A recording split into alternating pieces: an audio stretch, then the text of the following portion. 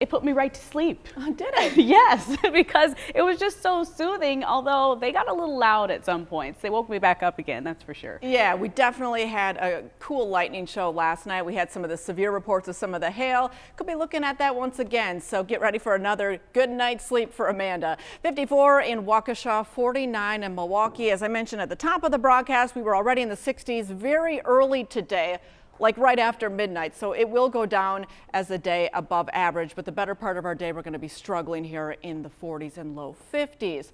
Keep in mind we're still kind of in the midst of this active weather pattern, although we're not really looking at the best ingredients for severe weather here. Once again, that sits just down to the south. We do have a marginal risk in this green shaded area, so gusty winds, some hail, certainly the downpours, all a possibility, probably from about 6 o'clock this evening and then through the overnight. But as you can see, things are relatively quiet. I don't know about you, but walking to my car this morning to get to work, even though there wasn't much on the radar, it was a little misty and sprinkly outdoors.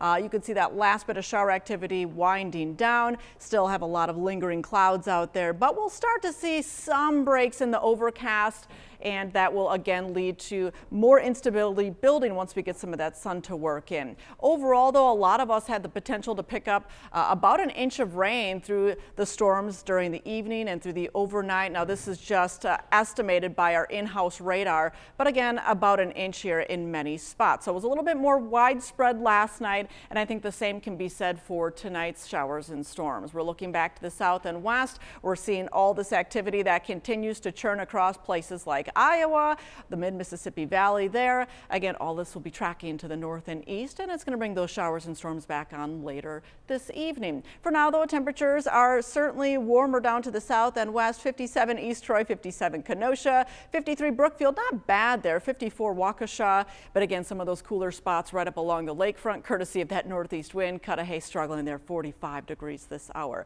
Another trip up to the north, not too surprising to see the port in the 40s, although 55 Belgium, 54 right now in Sheboygan. So as I mentioned, most of our afternoon is quiet. Hopefully we start to see some thinning in the clouds, as you can see here. 4 o'clock, probably a-okay for those kiddos walking home from school, but by about 5 or 6 o'clock, we'll see these showers move back in. Notice the pockets of heavier rain. Again, some gusty winds, some small hail. It's possible, so we're watching it for you. Looks to be winding down here by about sunrise, and you can see that by 10 o'clock Friday morning, that's already lifting off the lake, and then we'll get back into some sunshine, and that should help push us into the 70s by the afternoon. So looking pretty good to wrap up the work week, but again, the next chance for rain and storms tonight could drop anywhere from another half inch to full inch of rain. Going through the rest of your day, again, quiet with the showers coming in later on, ending early Friday. Could have some storms working in late Saturday night, but the day's looking great and warmer. 78, cooler Sunday. Those showers wind down by the afternoon.